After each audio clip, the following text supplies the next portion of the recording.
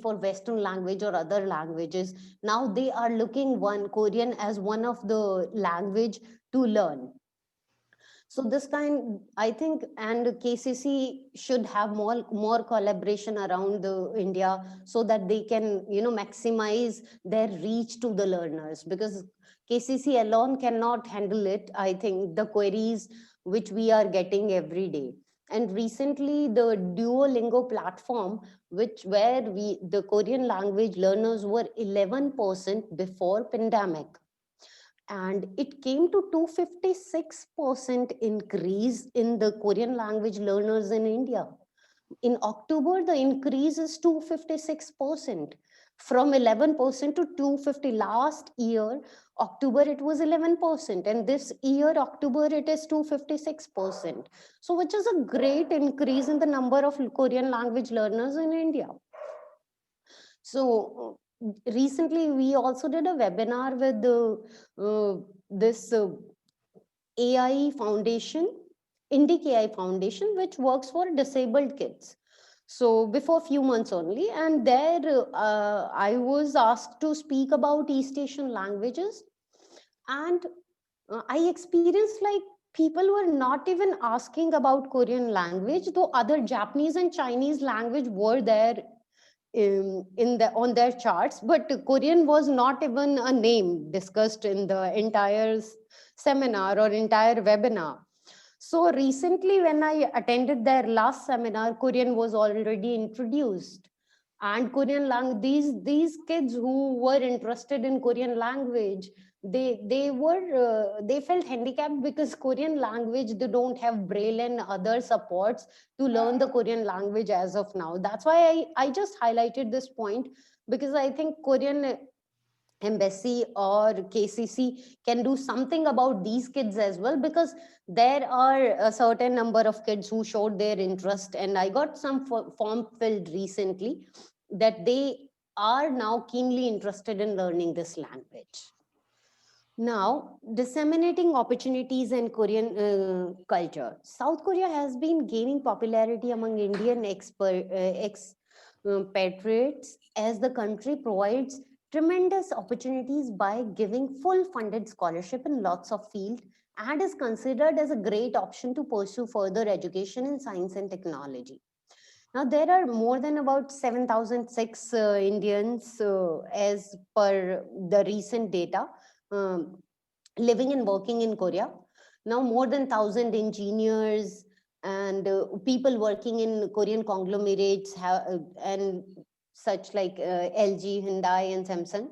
Now, there is also around 125 Indian scientists and postdoctoral research scholars working or conducting research at various institutions in the country.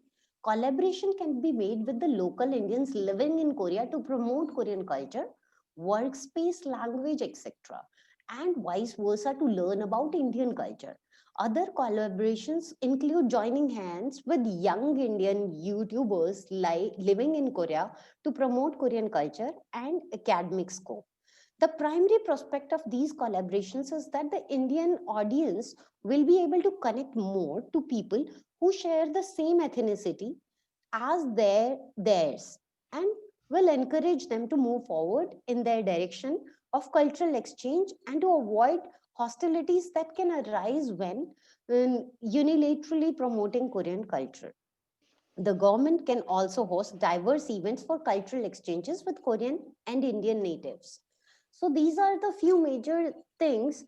And recently, for like specifically, if I say for entertainment purpose, like there is certain data about introduced by Korean Herald and Times of India, like how Bollywood and other platforms are like experienced recently the BTS and Korean army, and how they got their first breakthrough, because I think Bollywood never discussed about BTS and anyone, and Bollywood YouTubers and all, they never discussed about BTS before pandemic. So this all breakthrough just came after March 2020. So even since Samsung recently rolled out its digital campaign, which featured BTS clip of track Dynamite, when they introduced Galaxy S20. And on October 11th, the campaign went live in Hindi and English in both the languages. So the members of the BTS army, which are in several thousands in India, so it's not more like, because it they got the name of BTS together, so it got so many likes in a day, or so many views in a day, that it was unexpected even by them.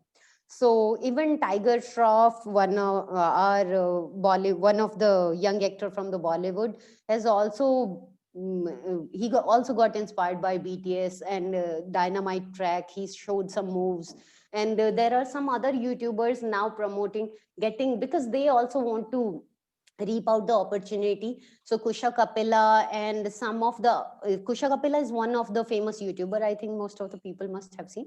So he is also reviewing K-pop dramas, and he says he will be reviewing K dramas one by one now on his channel, and he is getting many views. So he's saying he wants to take up this opportunity to bring some of the Korean, to introduce some of the Korean culture to them. But with this, what came into the scenario is the language barrier.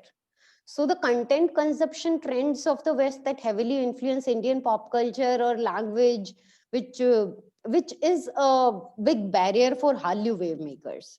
So interestingly, there also have been a huge spike in number of active learner of Korean, which we have seen in last 6 months. So learning, already I discussed about the data about the Duolingo. There are many other platforms which have seen the same kind of spike in Korean language learners in India. So now the other thing is, mm, just a second. The dramatic side I discussed initially, that the which is away from the reality. But what benefit we can reap out as of here is the traffic which India is increasing on these platforms. Can these platforms can put more of the realistic picture to experience the culture, and can connect the bond of language learning tools, as like there is no language good tools of Korean language learning. We are teaching Korean language all around India, but even if we ask students to explore any of the good apps, we are still in limit. And any of the drama which says really about the reality about Korean culture, and we recommend few things which can directly connect to that reality of Korea, is still missing somewhere. So we when we have to connect this, we have to collect clip by clip. We have to pick small clips from here and there to connect that culture thing, because now this is a big trend in teaching as well. If you provide more of the cultural tools, then language learning gets easier for the learners. So my idea is like, if we want to construct this idea of learning language via culture, there I think there should be more of that real side of Korea, the instruments Korea plays, the real society of there, the work culture there, or the daily life of those, like they also experience the same kind of hardships what we go through, and all those kind of things are much needed. But yes, these platforms what they have created, the fantasy and all these, they have already broken these stereotypes what we were having initially. So here, without saying much, I'll be just saying few more names who recently got very popular just because of the Korean wave. There are few um, names of YouTubers from Bombay only, which are into like promoting Korean culture now, and they are looking forward for the opportunities in, so that Korean government or they can get support from different people. And some of the language institutes as well are looking for, like recently we had a webinar of Korean language teaching institutes around the India, and we experienced that even they are having same kind of issues when they want to promote, give some cultural uh, platform tool available for learning and kind of. So there are certain limitations as well. So in the end, I would like to conclude in a very short or brief manner. The idea of Korea-India Cultural Network is the beginning of political economy of culture. And the bond shared by these two nations can be better explained by Nobel laureate Rabindranath Tagore. His poem, which is Lamp of the East. I think everyone heard this. So I would like to end my presentation with this, like which revolves around Korea only, which says in the golden age of Asia, Korea was one of its lamp bearer. And Korea was one of its lamp bearer, and the lamp is waiting to be lit once again for the illumination of the East. Moreover, with the improved cultural networking, the two countries can set to light that lamp together again in all possible fields. So I would like to thank for the time, and thank you, Bhushan. Thank you, Jitendra sir. Thank you everyone for listening. Thank you very much. Thank you, Sangeeta, for wonderful presentation regarding the understanding understanding South Korea through a digital platform. And it's true that as you mentioned that Korea is a branding, actually is kind of the early presentation Rahul also gave, like how is a national branding Korea doing, like early it was a dynamic Korea and vibrant Korea. So Korean government as well as the private sector using the YouTube, Netflix and other soft power to make about the Korea to others. And you rightly mentioned that it's now is a BTS army because of this advertisement. And also one great thing happened between India and Korea is a national education policy 2020. It is included Korean language and it was big news in Korea as well. So me now my Korean friend also sent me message, and that's so how the Indian people and Korean people getting through. And this is also this mostly happened because of the social media. And also, you rightly said that the number of the person who want to learn Korean language in India is increasing a lot. So, if thank you for wonderful presentation. And those have a question or comment, you can open to it.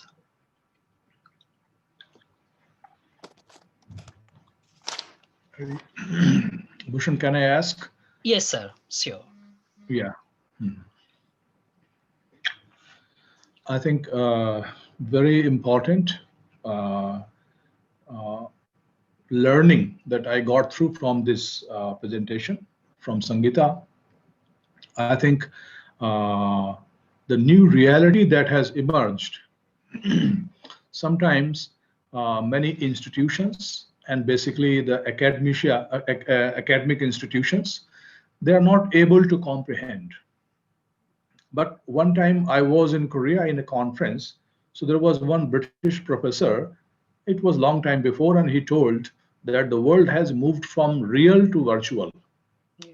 Means what you really are, that can be one kind of your reality, but the projected reality out of that reality, that is virtual reality, can be very different. So in that virtual reality frame, Korea is trying to upgrade its image, or what we can say the soft power.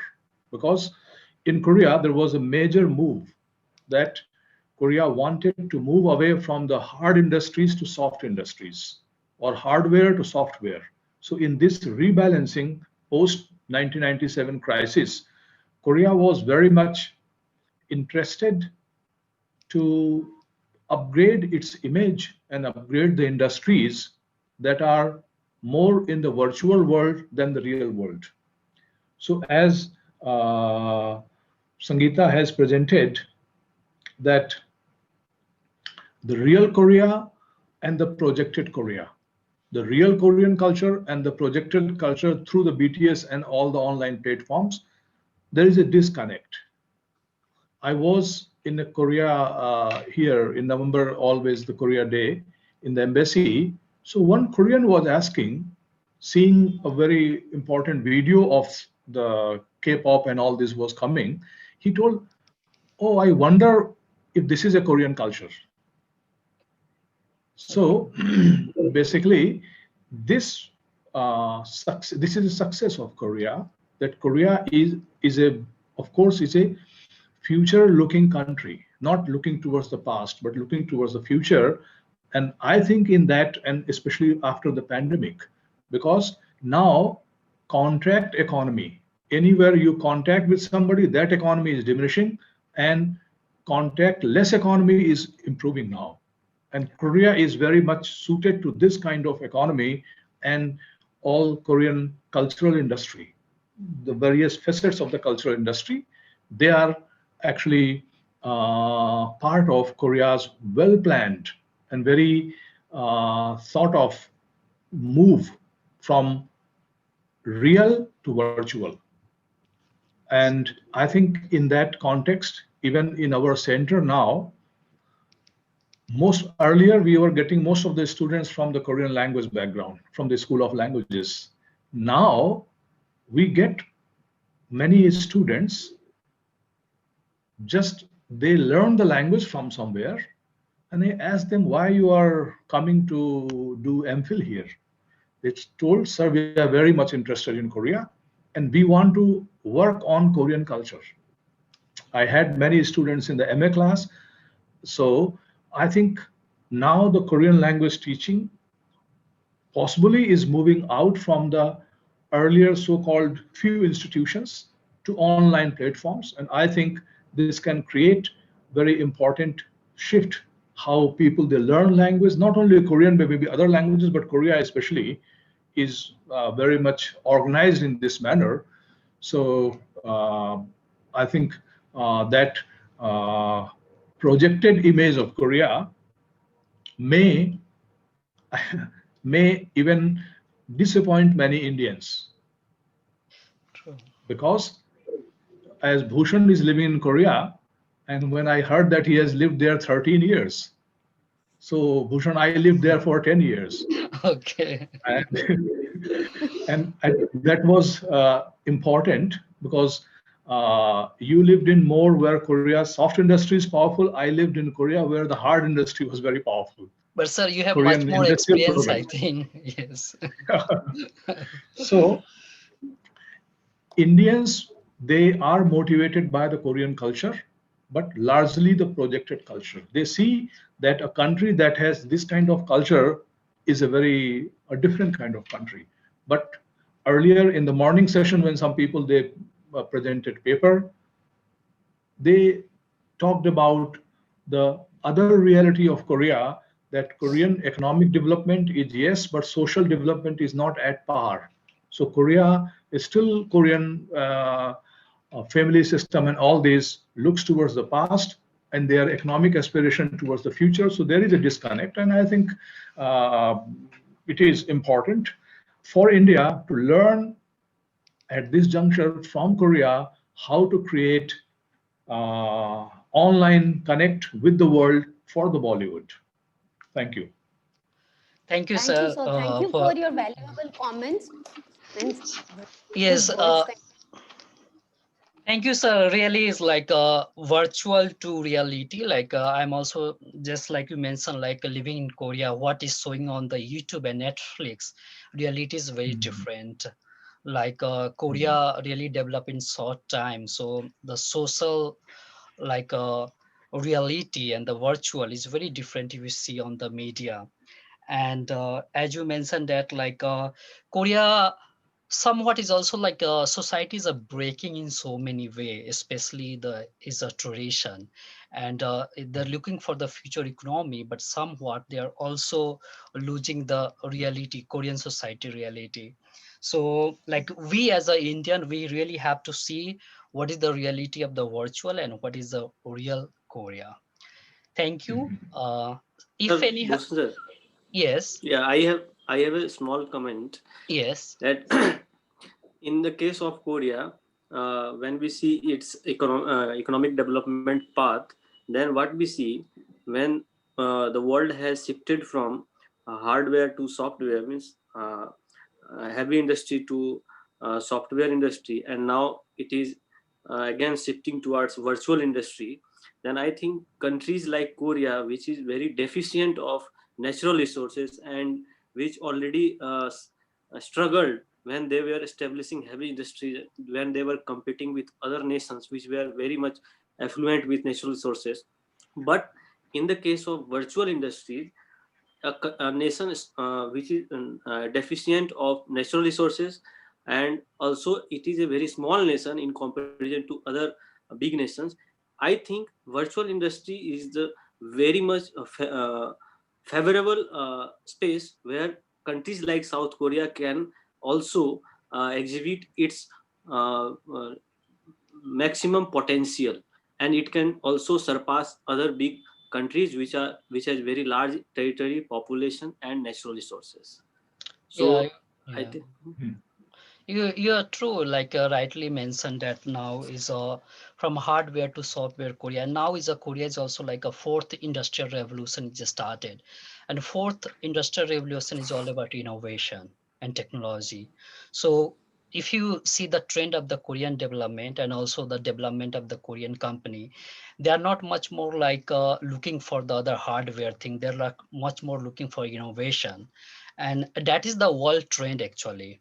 That is the fourth industrial revolution, not only in the like a developed country but also developing country. And the Korean company and Korean government rightly catch this one, the fourth industrial revolution, and they much more looking for the soft power, and the K drama, the K pop and K movie is a really having a lot of benefit not only to ASEAN country, East Asian country, but also to the Latin America and the European country. So by the, as a Sangeeta mentioned, that is a kind of in her presentation that the digital platform for Korea is kind of the really have a lot of the luck to the Korea, and they're getting a lot of benefit. Like first session, Jitendra Uttam sir rightly mentioned that early nobody know about Korea actually, but now because of this advertisement, the national branding, now most of the people know about the Korea. So this is kind of the winning strategy of the software of Korea. If anybody have a question, you can ask, or we can move to the other presentation.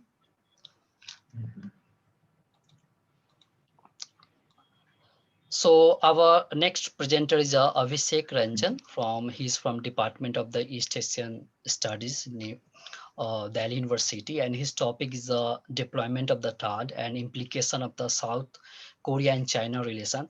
This is a very hot topic nowadays in Korea and also early.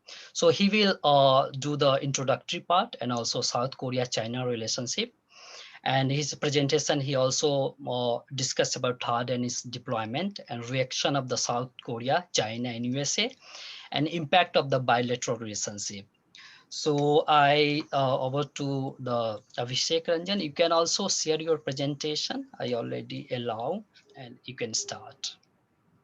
Thank you, sir. Uh, Thank you, Bhushan sir and Jitendra Uttam sir for giving me this opportunity, and everyone who is associated with Korea Discussion Forum. And just sharing my screen.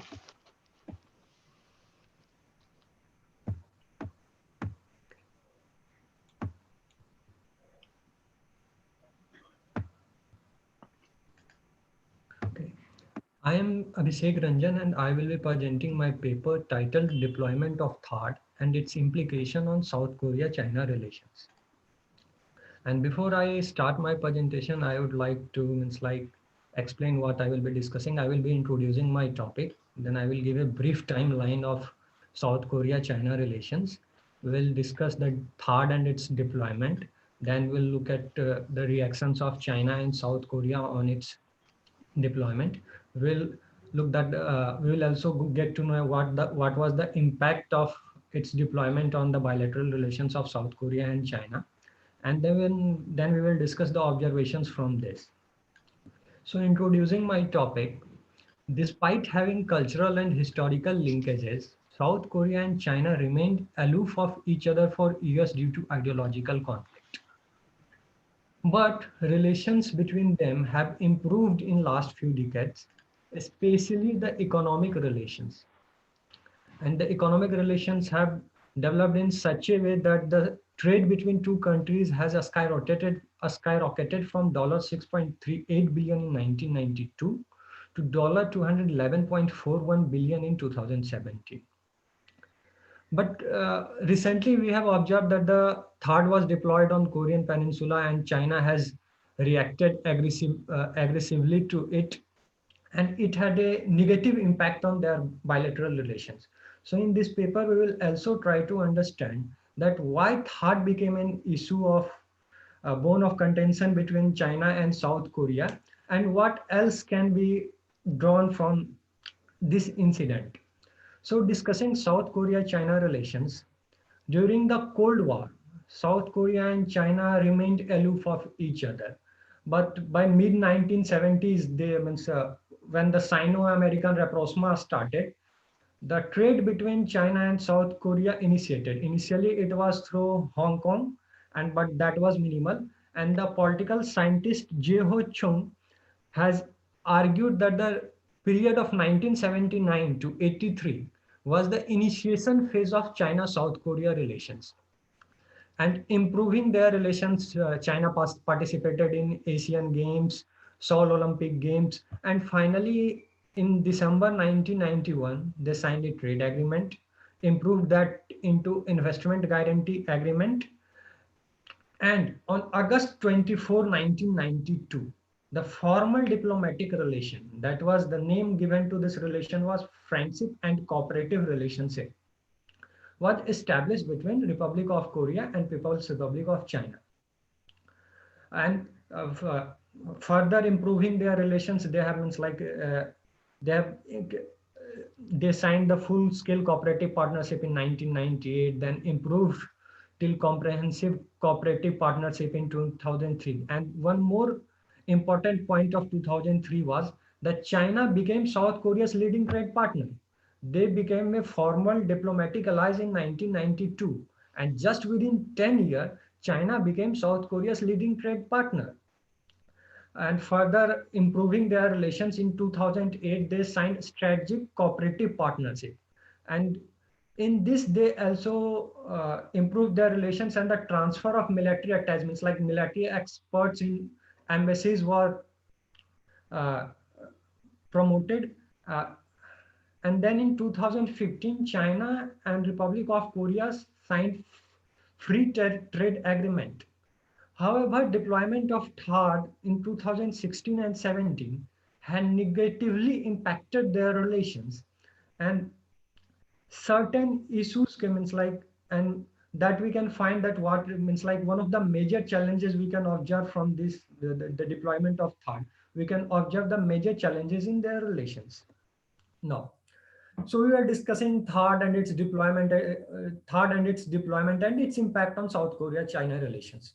So before discussing that, we must understand what is THAAD in a very simple language. So THAAD, formerly the name was given Theater High Altitude Area Defense, is an American anti-ballistic missile defense system designed to shoot down short, medium, intermediate range ballistic missile in the terminal phase by intercepting with a hit-to-kill approach.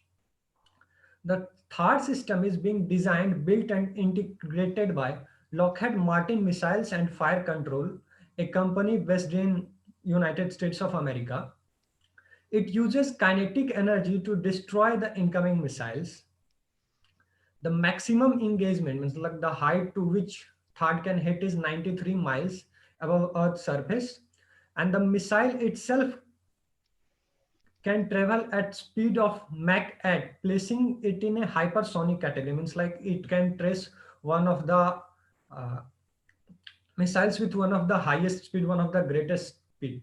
Beside this, THAAD also has the monitoring capabilities. Its radar system is so strong that it can monitor a huge radius within its area. Now its deployment, means like when it was deployed. So on 7th October 2013, the South Korean military asked the Pentagon to provide information on THAAD system concerning prices and capabilities as part of efforts to strengthen defense against North Korean ballistic missile. So initially, South Korea was also planning to develop their own anti-missile system. They were they have also asked from Israel anti-missile defense system Arrow from Israel, means like their information. But finally, somehow they have agreed on THAAD. And in May 2014, the USA revealed it was studying sites to base THAAD batteries in South Korea. And the official discussion started in early February 2016, largely as a result of North Korea's fourth nuclear test conducted a month earlier. In January 2016, North Korea was aggressively testing missiles. So after a series of consultation, the decision to deploy THAAD was made public by Park Geun-hye administration on July 7, 2016. And interestingly, the current South Korean President Moon Jae-in was opposing the deployment of THAAD, but he himself accelerated the deployment. It's like initially two batteries was installed, but Moon Jae-in accelerated the process to install more batteries with additional launchers in response to North Korea's nuclear test of September 3, 2016, and the 2017, and the deployment of THAAD, means like the deployment of THAAD was initiated in April 2017. So moving further, we have to notice the reactions of the countries, the reactions of China.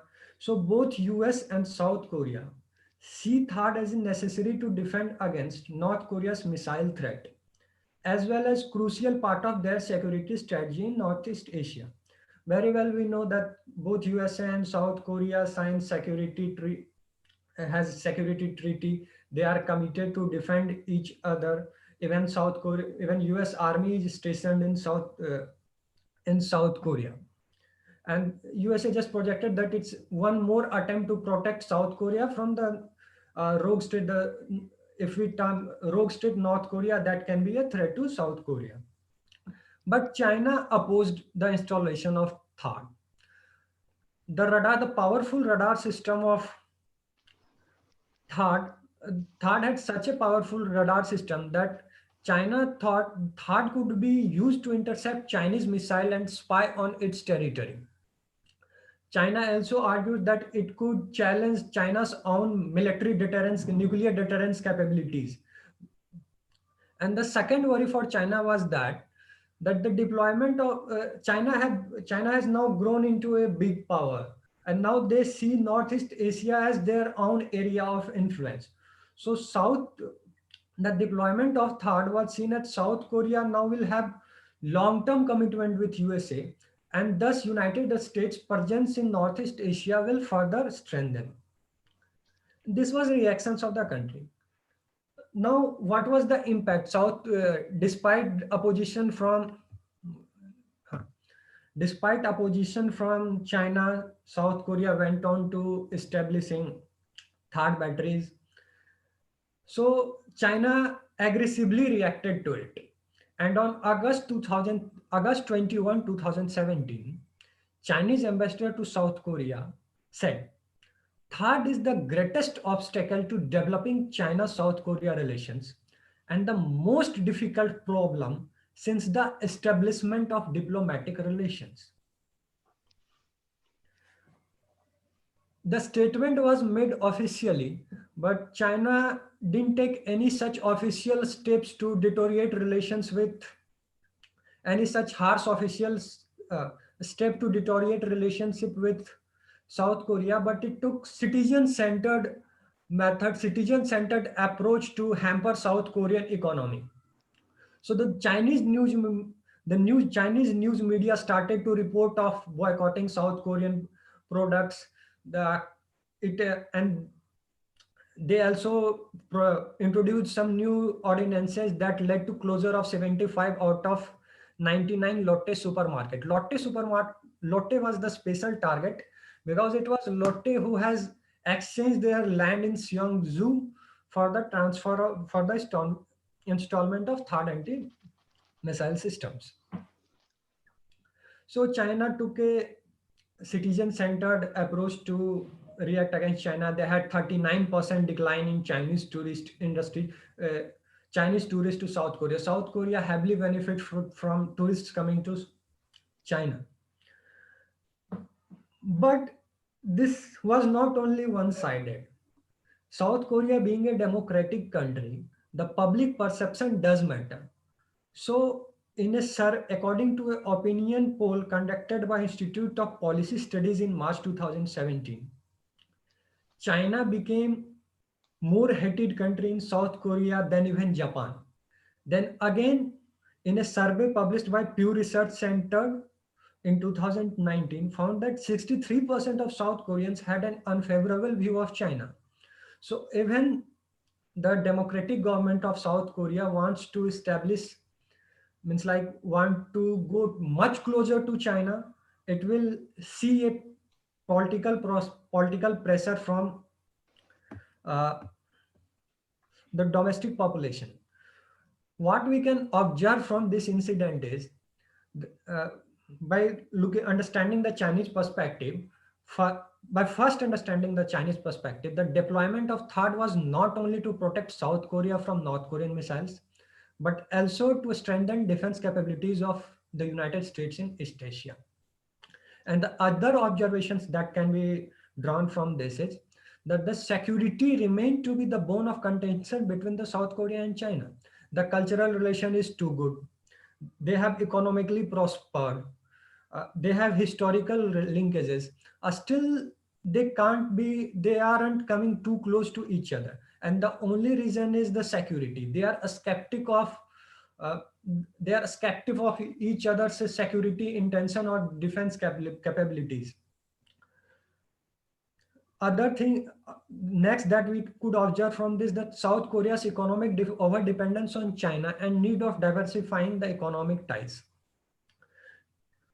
Just now we saw that how aggressively China has reacted to South Korea's deployment of THAAD. And as a result, from 2015 to 2016, there was a decline of $60 billion in their bilateral trade. That is something equivalent to India, and that was something equivalent to India and South Korea's bilateral trade during the whole bilateral trade during that time. Next, and therefore means like it's that South Korea is too much over dependent on China, and therefore there is a need for South Korea to diversify its economic ties, diversify its diplomatic, such that it can move out of uh, the foreign policies that was centered to four big powers. Now it is the right time that South Korea can use its soft power, its economic power, and find out new partners in the other corners of the world. And the last and one of the most impactful observation from this was that THAAD symbolizes Seoul's reaffirmation of Washington as its primary security provider, marking a fundamental divergence in Beijing and Seoul's perception about the approach to North Korean nuclear threat. So there might be discussion that South Korea can go close to China. South Korea have other ways of dealing with North Korea. But the deployment of THAAD reaffirmed this, that South Korea still see USA as its primary guarantor of the security. And by this, I would like to end my presentation. Thank you everyone for listening to me. And these were the references that I used for this presentation. Thank you. Thank you, Abhishek Ranjan, for your wonderful presentation, deployment of THAAD and its implication of South Korea and China relationship. You already, like you mentioned, that how the THAAD is creating a tension between the South Korea and China. It was a huge debate in 2017 when the Lotte Mart was attacked by the Chinese people, and even the public of South Korea was very angry on the Chinese.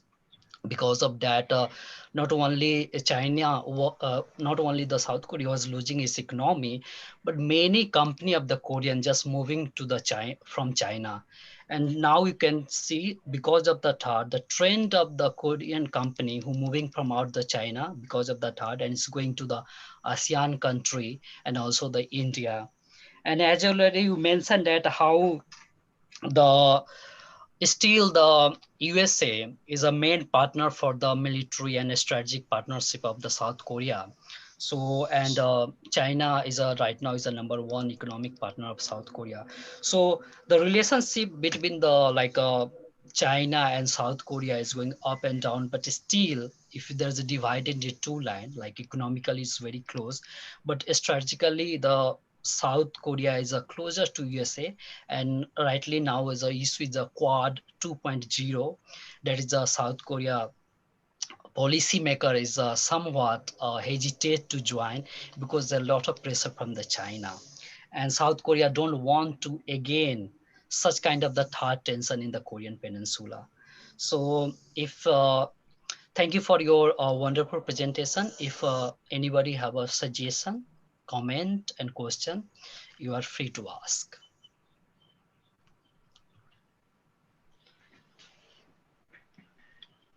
Can I ask a question? Yes, please.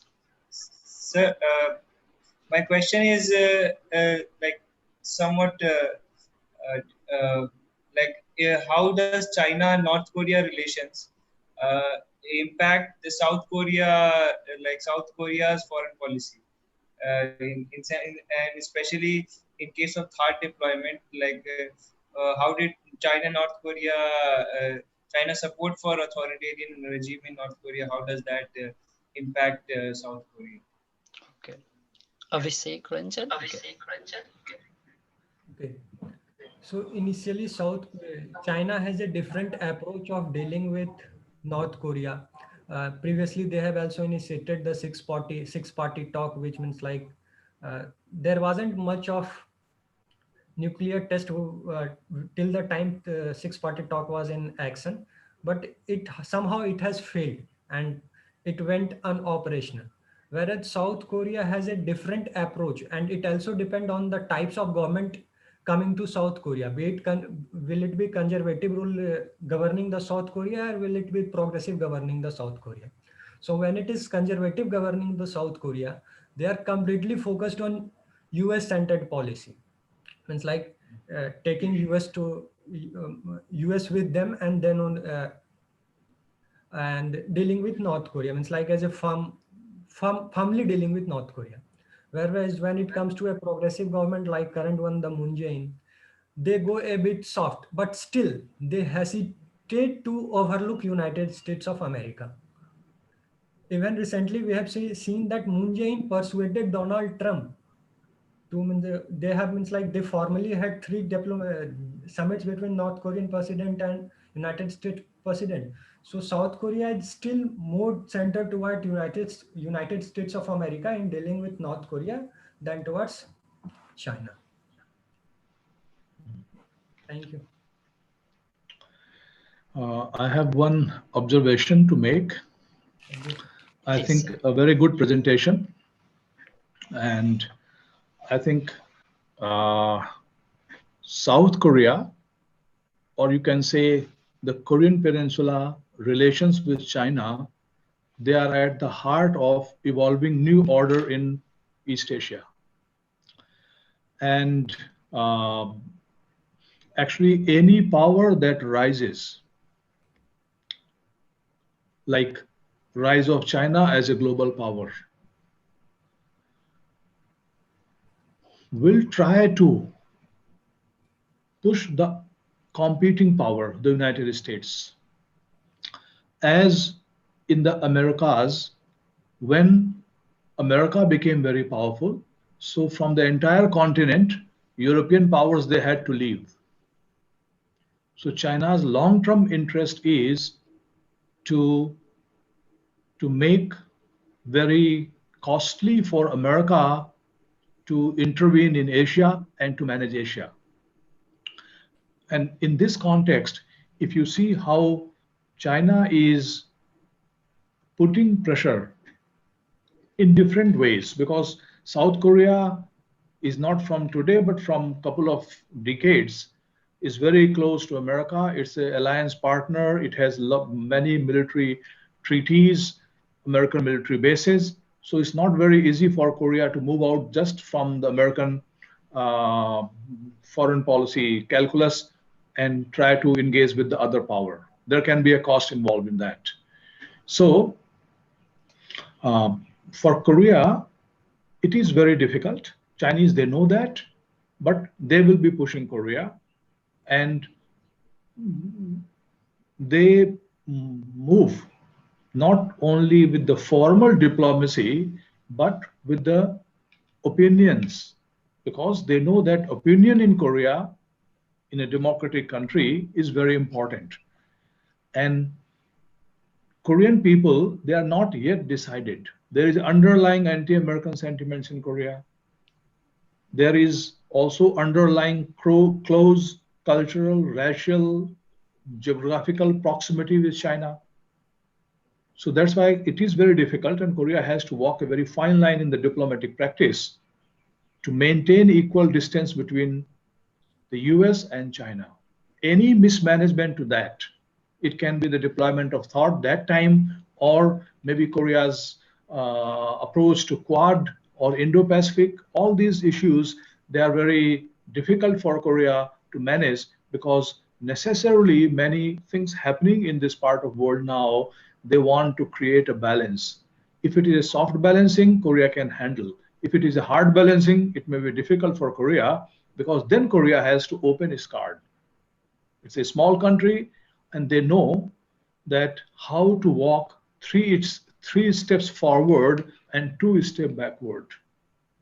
But how long they can practice this? This is a Korea's real diplomacy, that 3 steps forward and they take 2 steps backward. People, they see they are taking 3 steps forward, but no one can easily interpret when they go back again.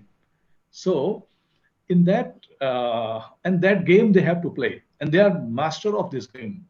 They have managed the IMF crisis with America, all kind of things. So I think Korea has enormous diplomatic experience managing with the great powers. China has become a great power, and Korea knows how to manage China, but there can be hiccups in that direction. Thank you. Thank you, sir, for your valuable comment. Like, as we know that Korea has diplomatic stress nowadays because of the so many big like power, especially for the Quad 2.0. Now the Korea diplomacy facing a huge like pressure whether they can join or not, because there's a lot of pressure from China also. And so anybody have a question, you can free to ask or comment.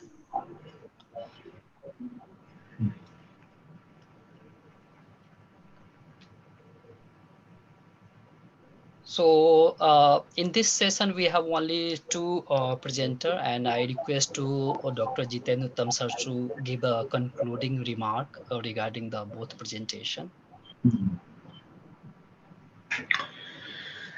Yeah, I think one person missed out because he had to go somewhere. There is some problem, Yes. as Rahul mentioned me.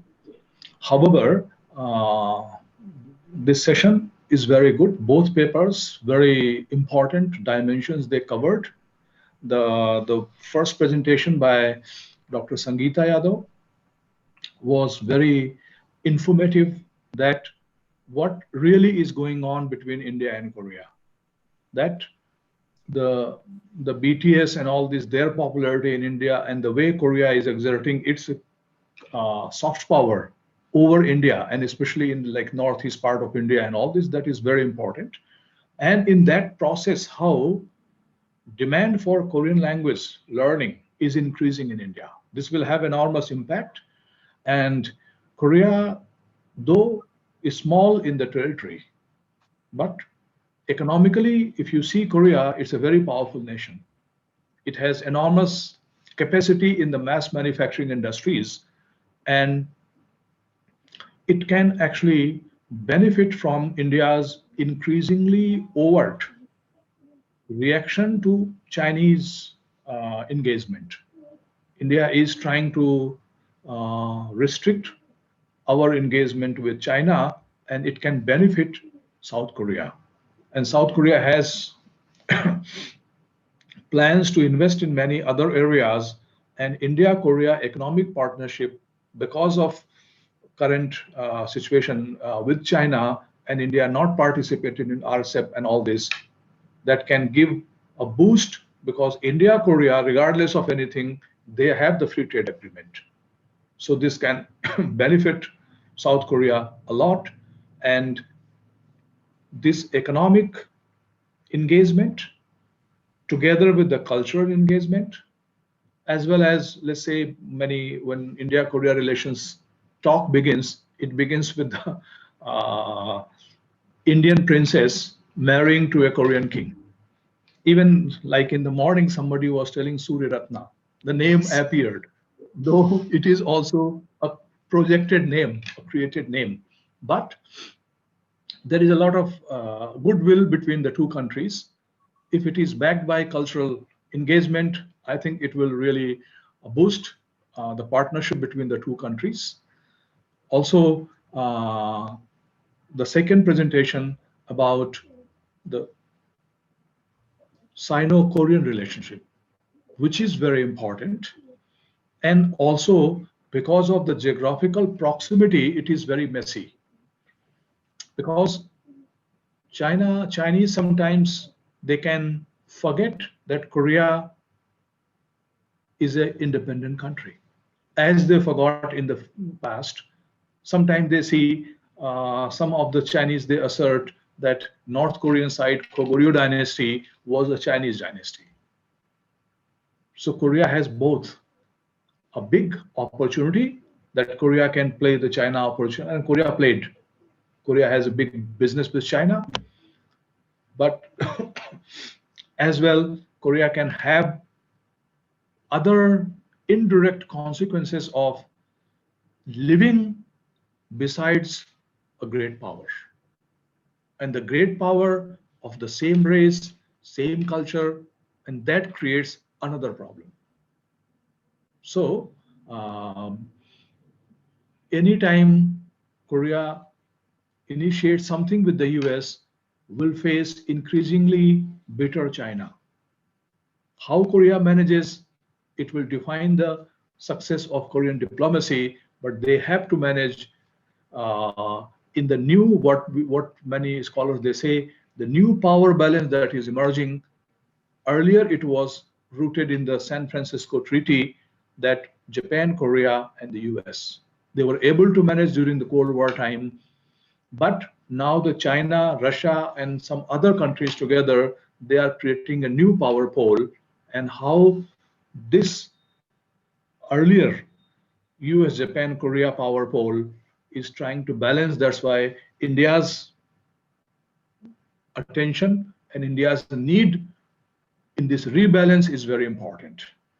So both presentations, they were very good. And I think also we are in time. Anybody, I think, can have other ideas. Even tomorrow we have one session. So I think people, they should be more forthcoming when we organize seminars and conferences in our center. The students sometimes, they are very, what we can say, hesitant. And now in the online, this is one important thing, that you have to break that old shell and come out. And also the job of a scholarship is to articulate your ideas in the written form as well as in the spoken form. So I think this was our one very important, I think, initiative. And I'm very thankful to all the participants, especially to our dear student Bhushan. And I'm Thank very you, happy sir. that you are doing well in Korea. Thank you. So Korea will test you in many, many ways. True, But I sir. think it is very important. Being in a foreign country is a knowledge experience. I had there. I think all the students, we wish that they should get chance to live in the other culture and derive many things. You will know about India more when you are outside India. True, sir. So I think it's a great experience, and I'm very thankful for your cooperation. And I think we sum up this session. If you want to say concluding remark or something, otherwise we can sum up it. Thank you, sir. Thank you, and thank you for the two presenter, Dr. Sangeeta Yadav and Mr. Abhishek Ranjan. It was really nice presentation. And just like for me also, like I do some of the webinar, like a Zoom class and all, but this is very informative. Like I'm living in Korea. I see the Indian Korea relations little bit different, like the what the people like living in India and seeing the Korea relationship. So like sharing idea is kind of the boost of the knowledge for the both the country, and also like is enhance the academic knowledge and the relationship between India and Korea. So I also thank to Jiten Uttam sir that give me opportunity to as a moderator. I was a little bit worried early. I hope it is okay. And thank you everybody for participating in this one. I think tomorrow we have 10:30, sir, right? Rahul, you can mention little about tomorrow session, what time and we can join. Yeah. It's a 10:30, right? It is 10:30. Okay. So hopefully we all meet tomorrow 10:30 and And all three topics are basically on China. okay, that's So, interesting. Okay. Thank you it will be everybody. interesting. Thank you, sir. Thank you very much. Thank you, Thank you, sir. Okay, bye bye. Okay, bye.